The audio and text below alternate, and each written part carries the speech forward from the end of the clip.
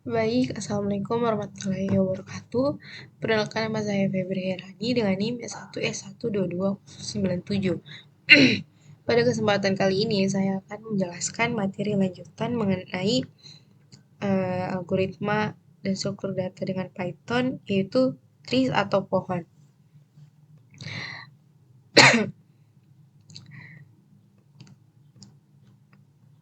Pertama itu ada pengantar tree atau pohon. Struktur data dari tree ini berupa non-linear dan juga menyediakan algoritma yang lebih cepat untuk pencarian dan pengambilan data dibandingkan dengan struktur dan linear array atau daftar tertaut. Menyediakan organisasi data alami yang bersifat hierarkis. Untuk lebih jelasnya bisa dilihat pada gambar di samping ini. Kemudian definisi dan properti pohon. Pohon adalah tipe data abstrak yang menyimpan elemen secara hierarki. Kecuali elemen teratas, setiap elemen dalam pohon memiliki induk elemen dan 0 atau lebih anak-anak elemen. Elemen teratas dari pohon disebut akar dari pohon. Nah, untuk lebih jelasnya bisa lihat pada gambar sini. Nah, elemen teratas itu adalah akar dari pohon, yang berarti elemen teratas dari gambar ini adalah electronic RUS. Kemudian kecuali elemen teratas, setiap elemen itu memiliki induk atau anak-anak elemen. Nah,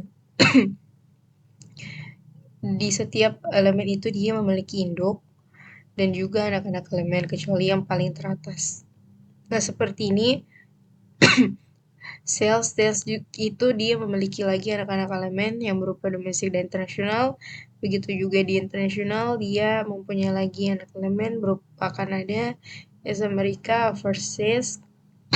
Kemudian di overseas diturunkan lagi menjadi Afrika, Eropa, Asia, Australia.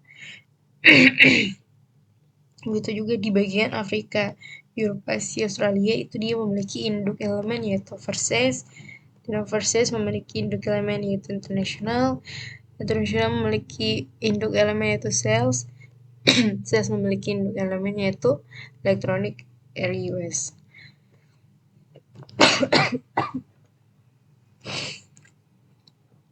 Kemudian ada definisi formal juga untuk trees ini atau pohon. Nah, secara formal kita mendefinisikan pohon ini sebagai sekumpulan node yang menyimpan elemen sedemikian rupa sehingga node tersebut memiliki parents and children hubungan yang memenuhi sifat-sifat sebagai berikut. Nah, yang pertama itu jika T tidak kosong, maka ia mempunyai simpul khusus yang disebut akar dari T yang tidak memiliki parent. Setiap node V dari T yang berbeda dengan root memiliki keunikannya sendiri. Induk simpul W setiap node dengan induk W adalah anak dari W.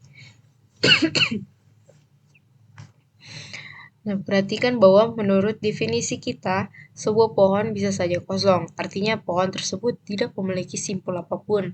Nah, konvensi ini juga memungkinkan kita mendefinisikan pohon secara rekursif. Nah, dua node yang merupakan anak dari orang tua yang sama adalah saudara. Nah, sebuah simpul V adalah luar jika V tidak mempunyai anak. Sebuah simpul V adalah intern jika ia memiliki satu atau lebih anak. Node eksternal juga dikenal sebagai daun-daun. Simpul U adalah leluhur dari sebuah simpul V jika U sama dengan V atau U merupakan nenek moyang dari induk V. Nah, sebuah tepian dari pohon T adalah sepasang simpul atau UV, sehingga U adalah induk dari V atau sebaliknya. Nah, jalur dari T adalah barisan node sedemikian rupa sehingga setiap dua node yang berurutan dalam barisan tersebut akan membentuk sebuah sisi. Contohnya itu pohon yang berdekatan berisi jalur CS252 atau project, demos, atau market. Nah, ini contohnya. Nah, sebuah pohon adalah pesan jika ada tatanan linear yang berarti di antara anak-anak dari setiap node. Nah, untuk gambar lebih jelasnya bisa dilihat pada kanan ini dan juga yang di bawah. Hierarki pewarisan untuk memudahkan berbagai abstraksi dan implementasi struktur data pohon. Nah, jika dia diturunkan di induk yang sama atau parent yang sama, berarti elemen-elemen ini juga adalah saudara. Nah, ini juga jika jalur A dan T itu barisan node sedemikian rupa sehingga setiap dua node yang berurutan dalam barisan tersebut akan membentuk sebuah sisi. Seperti ini. Kemudian ada pohon ADT.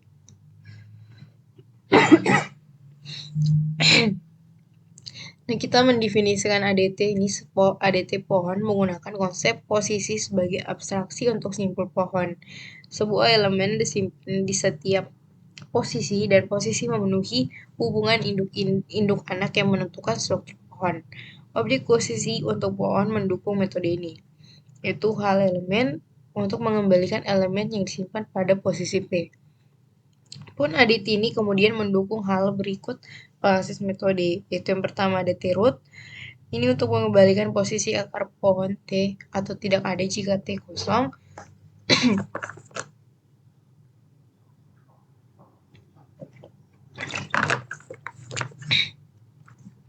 T is root. Ini untuk mengembalikan true jika posisi P adalah akar dari pohon T. T orang tua atau T parent.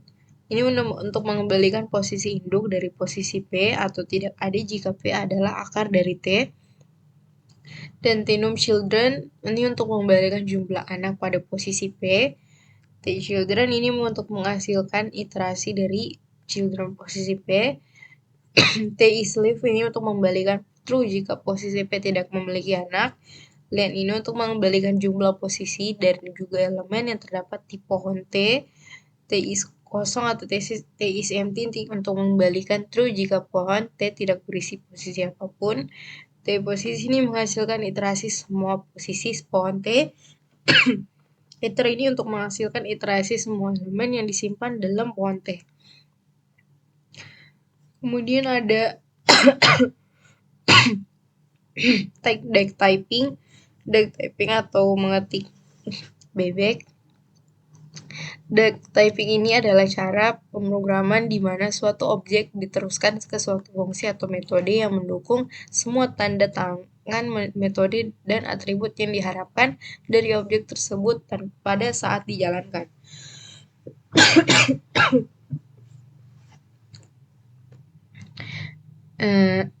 Tipe objek itu sendiri tidak penting. Sebaliknya, objek harus mendukung semua metode atau atribut yang dipanggil. Karena alasan ini, pengetikan DAG kadang-kadang dilihat sebagai cara berpikir dan bukan sistem pengetikan. Saat mengetik DAG, kita tidak mendeklarasikan tip argumen dalam prototipe atau metode fungsi. Ini menyeratkan bahwa compiler tidak dapat melakukan pengecekan tipe. Apa yang benar-benar penting adalah jika objek tersebut memiliki metode atau atribut tertentu pada saat runtime. Ini berasal dari pepatah lama. Jika ia berjalan seperti bebek, berenang seperti bebek, dan bersuara seperti bebek, kemungkinan besar ia adalah bebek. Bahkan entitas non-bebek yang berperilaku seperti bebek dapat dianggap bebek karena penekanannya pada perilaku.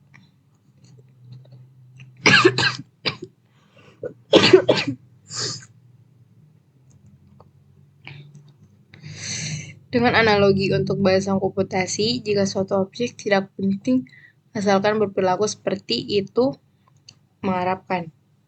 Kemudian selanjutnya ada kelas basis abstrak untuk struktur data pohon. Nah, kita mengikuti pengetikan DAG dengan menyediakan kelas dengan dasar abstrak dan beberapa subclass konkret yang diwarisi dari kelas dasar ini. Nah, kelas dasar terdiri dari kelas posisi bertingkat dengan metode abstrak, kemudian ada beberapa metode abstrak, beberapa metode konkret yaitu isRoot, isLive, dan empty. Kemudian tidak ada instance langsung yang dibuat untuk baris abstrak kelas. Nah, untuk program sendiri bisa dilihat pada gambar di kanan ini. Kita coba praktekkan.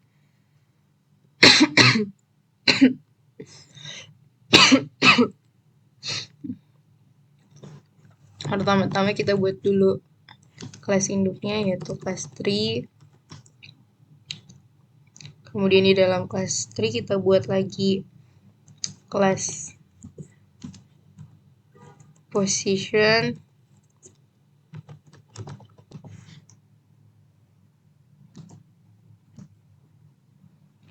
Kemudian kita buat fungsi elemen.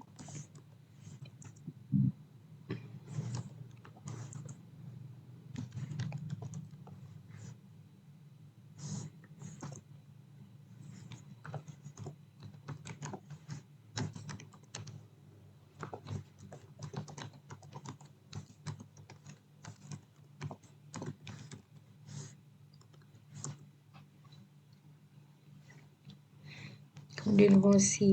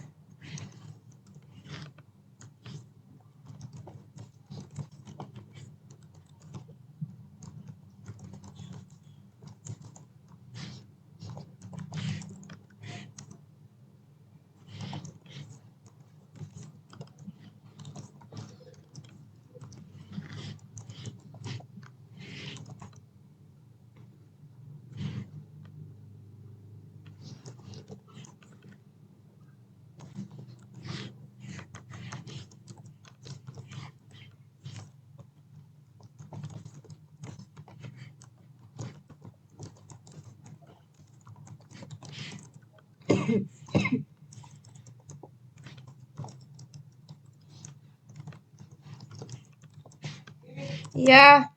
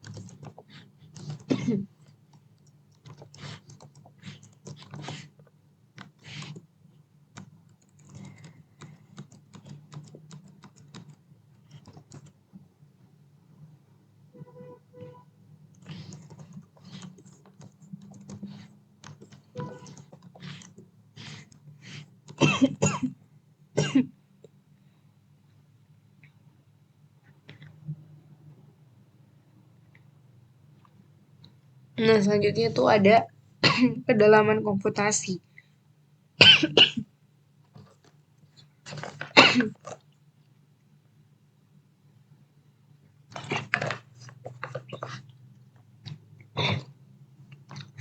Nah, misalkan P ini adalah posisi simpul pada pohon T. Nah, itu kedalaman dari P adalah banyaknya nenek moyang dari P, tidak termasuk P itu sendiri. Itu adalah kedalaman akar. T adalah 0 karena akarnya tidak mempunyai nenek moyang. Kedalaman P juga dapat didefinisikan secara rekursif sebagai berikut, yaitu jika P adalah akar, maka kedalaman P adalah 0. Nah, jika tidak, kedalaman P adalah 1 ditambah kedalaman induk P. Nah, untuk lebih jelasnya bisa dilihat pada gambar di kanan ini. Untuk setiap node non-root, kita menambahkan 1 kedalaman induknya. Nah, seperti yang dibilang tadi, jika P adalah akar, maka kedalamannya adalah 0. Dan jika tidak, kedalaman P adalah 1 ditambah kedalaman induk. Nah, jadi setiap dia bertambah, maka dia akan bertambah juga kedalamannya. Nah, waktu berjalan kedalaman P untuk posisi P adalah 0 dpp tambah 1, di mana dp menunjukkan kedalaman P pada pohon T. Karena algoritma melakukan langkah rekursif waktu konstan untuk setiap leluhur P.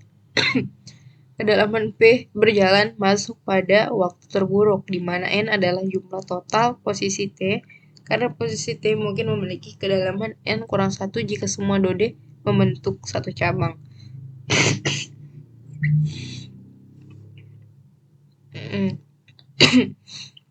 Kemudian selanjutnya ada menghitung tinggi.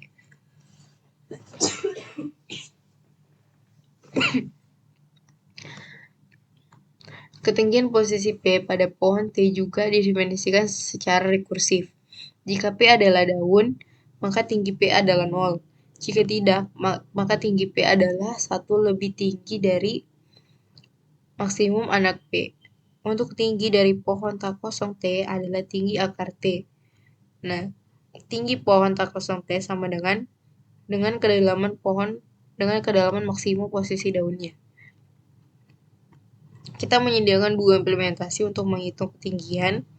Yang pertama itu ada tinggi P yang memanggil algoritma kedalaman P pada posisi daunnya yang mengarah ke kompleksitas waktu kasus terburuk ON pangkat 2. Nah, tinggi 2P yang memanggil dirinya sendiri secara rekursif untuk memberikan kompleksitas waktu linear atau ON. Untuk gambar lebih jelasnya bisa dilihat pada gambar di samping ini. Kemudian ada jumlah posisi di pohon. Nah, anggap saja adalah L posisi daun. Waktu komputasinya itu ON tambah sigma P elemen L. dp plus 1. Nah, setiap panggilan ke kedalaman fungsi memiliki waktu yang konstan ODP tambah 1 yang dalam kasus terburuk dapat berupa N kurang 1 atau ON kompleksitas waktu. Jadi, sigma P elemen L dp tambah 1 N kuadrat, jadi kompleksitas waktu kasus terburuk tinggi 1 fungsinya adalah ON tambah N kuadrat sama dengan ON kuadrat. Nah, kedalaman ini untuk lebih jelasnya Defect 1 Return self depth or pay in self position if self is live.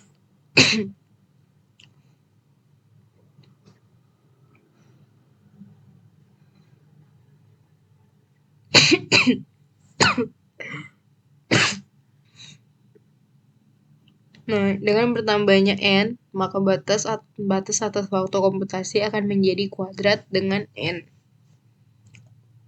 Nah, untuk gambar lebih jelasnya bisa lihat pada ini. Untuk kedalaman 2, kedalaman 5, kedalaman 4. Nah, tinggi 2 ini memberikan ON kinerja waktu kasus terburuk. Kemudiannya dilakukan secara top down. Anak-anak atau children berjalan masuk CP tambah 1 waktu, di mana CP menunjukkan jumlah anak dari P. Nah, tinggi 2P ini menghabiskan 0 CP tambah 1 waktu di masing-masing posisi P untuk menghitung maksimum. Jadi waktu berjalan keseluruhannya adalah 0 sigma P dalam kurung CP tambah 1 sama dengan dalam kurung N tambah sigma PCP. Nah, seterusnya. Nah, misalkan T adalah pohon dengan N posisi, dan misalkan CP menyatakan banyaknya anak dari suatu posisi P dari T, kemudian jumlahkan atas posisi T. Nah, setiap posisi T kecuali akar merupakan anak dari posisi lain, dan dengan demikian menyumbang 1 unit ke posisi tersebut jumlah di atasnya. Kemudian ada pohon binar. Pohon binar adalah pohon terurut dengan properti setiap node mempunyai paling banyak 2 anak. Setiap node anak diberi label sebagai anak kiri dan anak kanan. Anak kiri mendahului anak kanan dalam urutan anak dari sebuah node. Nah, subpohon yang berakar pada anak kiri atau kanan dari simpul internal P disebut subpohon kiri atau subpohon kanan masing-masing dari P. Pohon binar adalah sesuai jika setiap node mempunyai 0 atau 2 anak. Pohon seperti ini juga disebut sebagai penuh pohon binar. Jadi dalam pohon binar yang tepat, setiap simpul dalam memiliki tepat 2 anak. Pohon binar yang tidak tepat adalah tidak tepat. Contohnya, pohon keputusan adalah pohon binar yang diperoleh dengan menentukan hasil berdasarkan serangkaian pertanyaan ya atau tidak. Ekspresi aritmetika dan dapat direpresentasikan dengan pohon binar yang daunnya dikaitkan dengan variabel dan konstanta dan node internal dalam operatornya.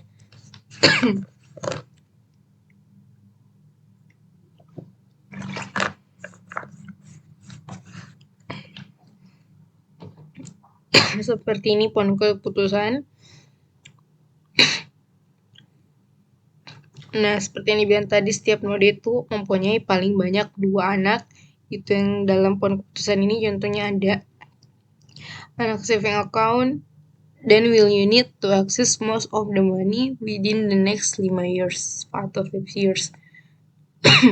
Kemudian setiap anak diberi label sebagai anak kiri atau anak kanan. Nah, setiap anak node itu diberi label anak kiri dan anak kanan. Berarti yang ini kiri dan yang ini kanan. Kemudian jika di masing-masing anak itu dia menurunkan lagi, maka menurunkan subpohon, maka disebut subpohon kiri atau subpohon kanan.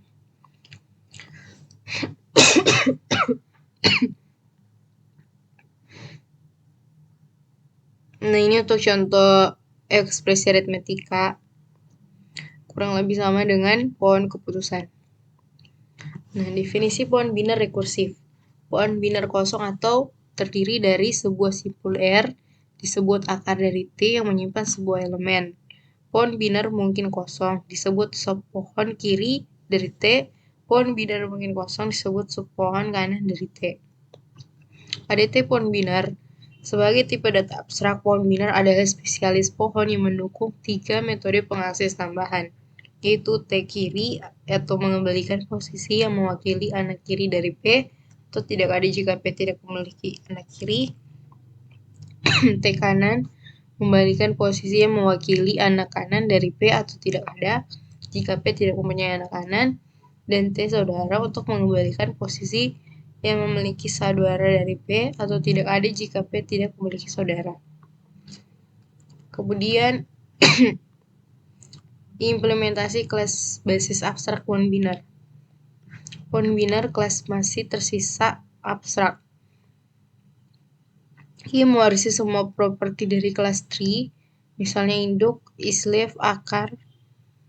Nah, menyediakan 2 deklarasi untuk 2 metode abstrak baru, yaitu kiri untuk posisi anak kiri dan benar, dan kanan untuk posisi anak kanan. Menyediakan implementasi konkret dari 2 metode, yaitu saudara kandung atau anak lain dari orang tua P dan anak-anak atau generator untuk yang disimpan. Kita coba praktikkan. Di sini pertama-tama kita buat dulu kelas induknya atau binary tree.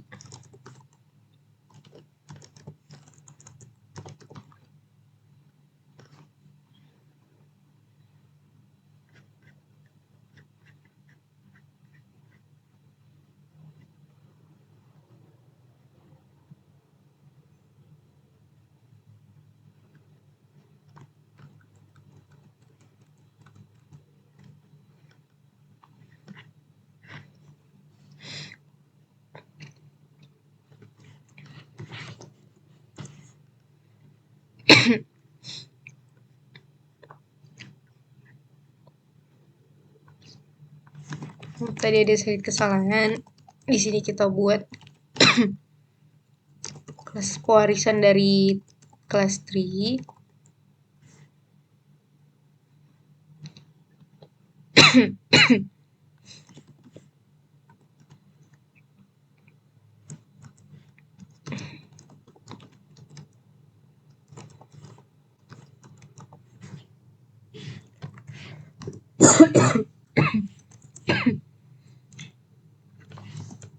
Kemudian kita buat fungsi left atau kiri.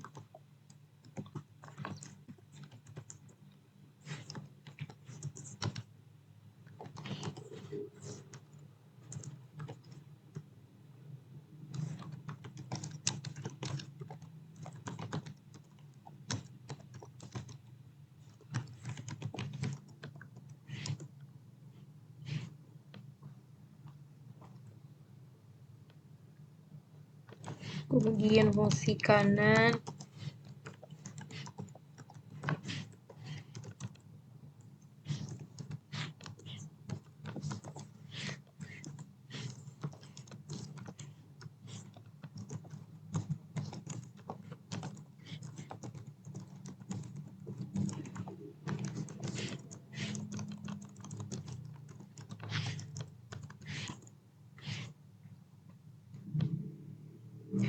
kemudian siblings atau saudara.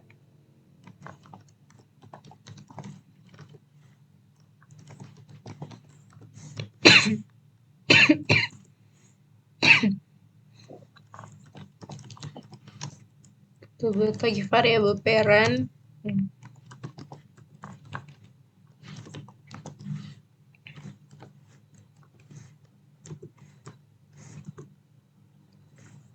If parent is known, maka return kosong atau non.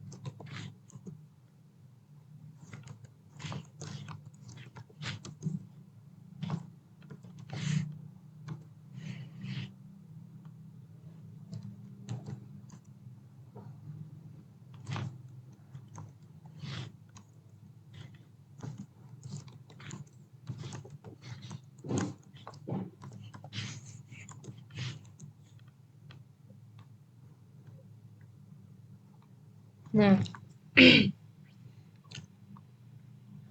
selanjutnya itu ada sifat pohon biner. Kita menyatakan himpunan semua simpul pada pohon T pada kedalaman yang sama di sebuah aset sebagai tingkat D dari T. Secara umum, level D memiliki node paling banyak. Nah, jumlah maksimum node pada tingkat pohon biner bertambah secara eksponensial seiring dengan turunnya pohon. Jadi, semakin banyak turunan pohon itu, maka jumlah nodenya semakin meningkat.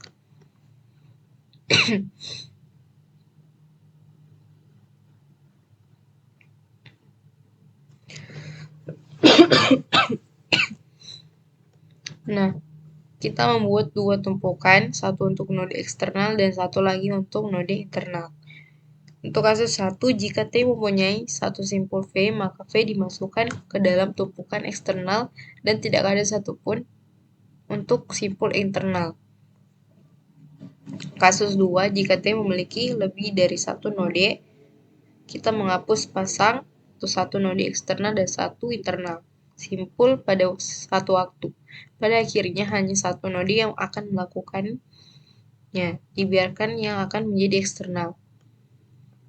Perhatikan juga bahwa hubungan di atas secara umum tidak berlaku untuk pohon biner dan pohon biner atau wajar dan pohon non-biner.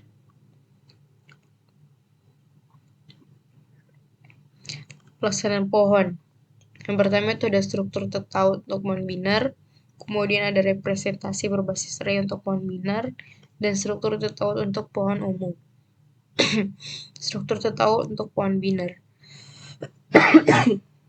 Setiap node menyimpan referensi sebagai berikut. Yaitu yang pertama, elemen disimpan pada posisi P, node anak kiri, node anak kanan, dan simpul induk. Pohon T memelihara dua variabel, yaitu yang pertama variabel untuk menyimpan referensi ke node akar, dan variabel ukuran yang mewakili jumlah total node T. Untuk lebih jelasnya bisa dilihat pada gambar di kanan ini. Ini parent, ini left, right, dan ini elemen.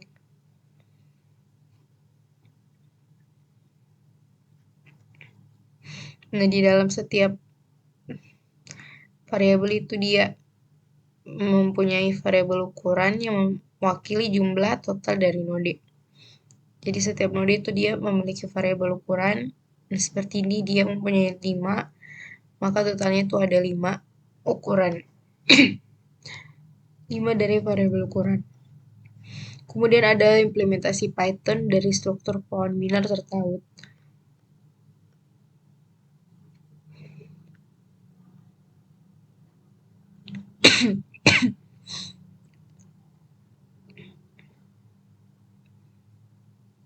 Nah, sebuah subkelas dari pohon biner kelas ini mendefinisikan dua kelas bertingkat, yaitu non-public simple class untuk mewakili node dan public posisi kelas yang membungkus simpul yang diwarisi dari pohon posisi kelas.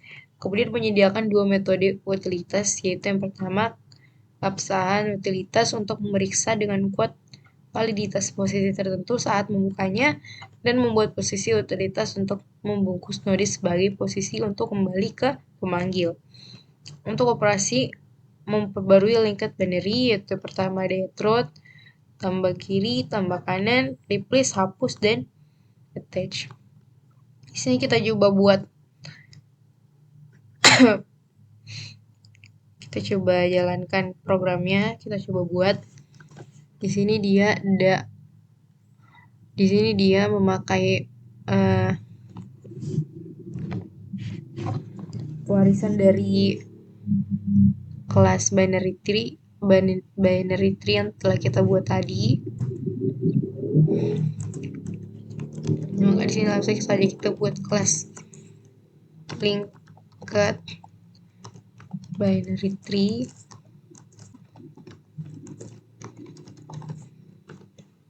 yang pewarisan dari binary tree.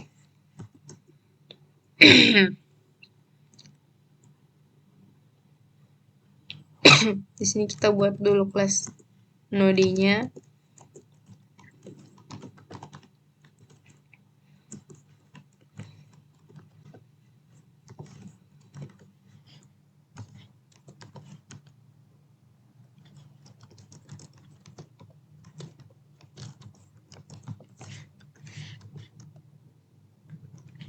Kemudian kita buat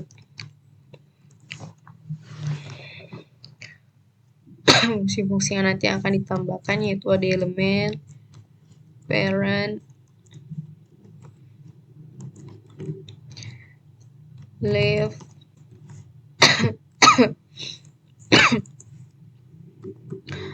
right,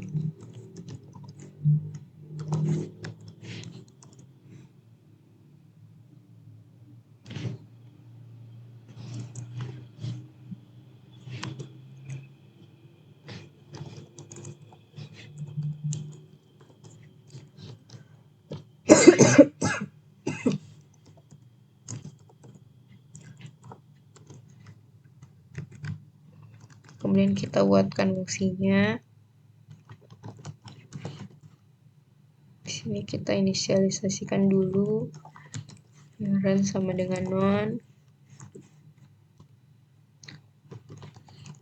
left sama dengan non juga, dan right sama dengan non.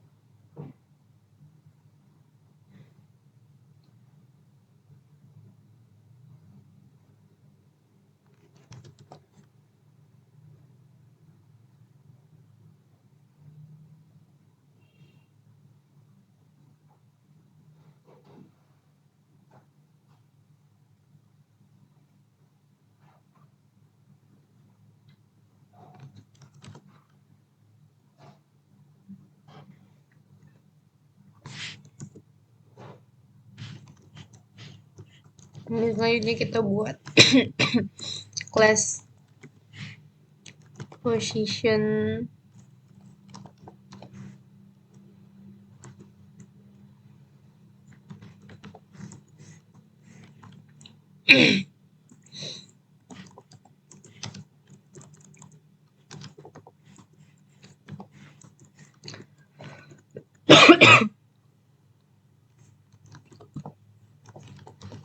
kita buat lagi def init, fungsi init,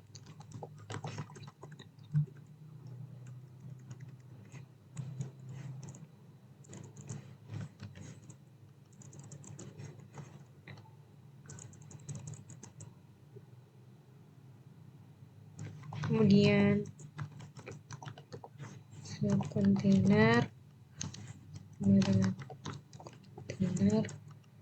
dan sub node dengan node.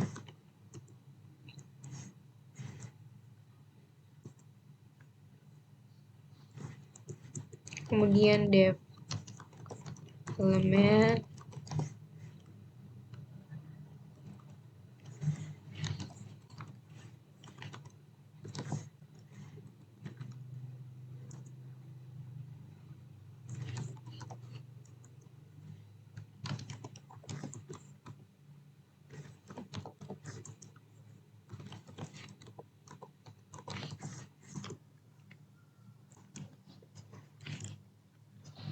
Ini ada def X.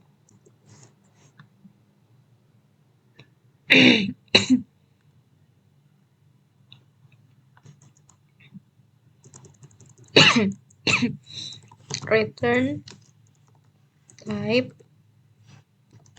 order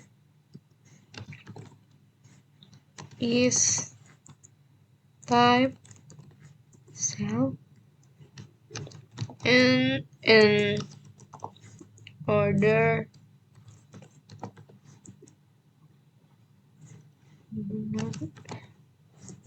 is cell not. Kemudian def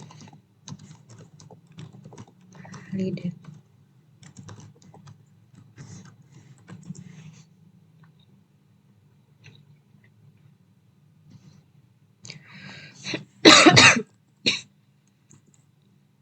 If not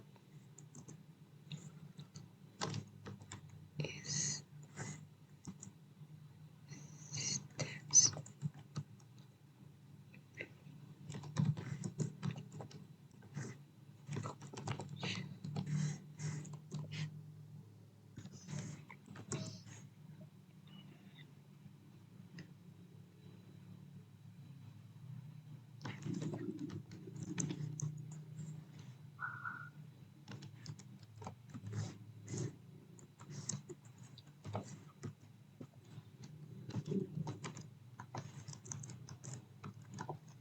Okay.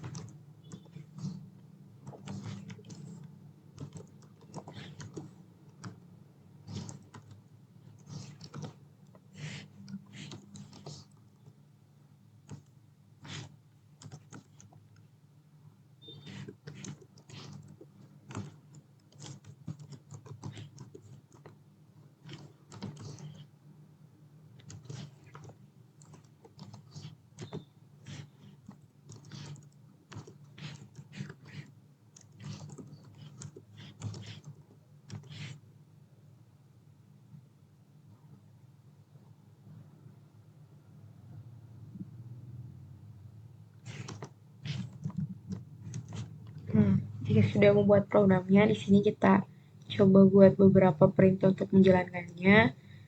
Nah, seperti di sini kita buat perintah dengan menginisialisasikan linked binary tree itu sebagai P dulu agar mudah dijalankan. Sama dengan linked binary tree.